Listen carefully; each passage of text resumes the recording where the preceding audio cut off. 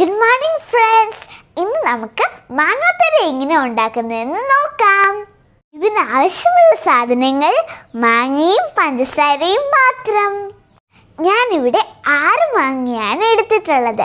അതിന് ഞാൻ 12 സ്പൂൺ പഞ്ചസാരയാണ് ഇടുന്നത്.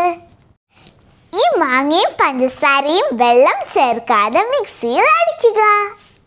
ഈ തിക്ക് മാംഗോ പൾപ്പ് നല്ല തിന്നായി ഒരു പൊട്ടുന്ന പാത്രത്തിൽ നന്നായി സ്പ്രെഡ് ചെയ്യുക. ഈ മാങ്ങാത്തര നമ്മൾ വെയിലത്ത് വെക്കാതെ മൈക്രോവേവിൽ വെച്ചാണ് ഉണ്ടാക്കാൻ പോകുന്നത്. ഇത് മൈക്രോവേവിൽ വെക്കുക. ഞങ്ങളുടെ സാധാരണ മൈക്രോവേവ് ഓവനാണ്.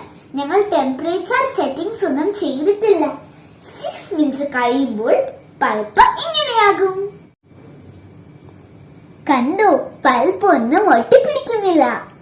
നമുക്ക് ഇഷ്ടമുള്ള ഷേപ്പിൽ മാങ്ങാത്തര മുറിച്ചെടുക്കാം. വെയിലില്ലാതെയും നമുക്ക് എളുപ്പത്തിൽ ചെയ്യാൻ പറ്റുന്ന ഒരു റെസിപ്പിയാണിത്. ഞാനൊരു ഇച്ചിരി കഴിച്ചു നോക്കട്ടെ. എന്തൊരു രുചിയാ! ഇത് ഭയങ്കര സിമ്പിളാണ്. എല്ലാവരും ട്രൈ ചെയ്ത് നോക്കണേ.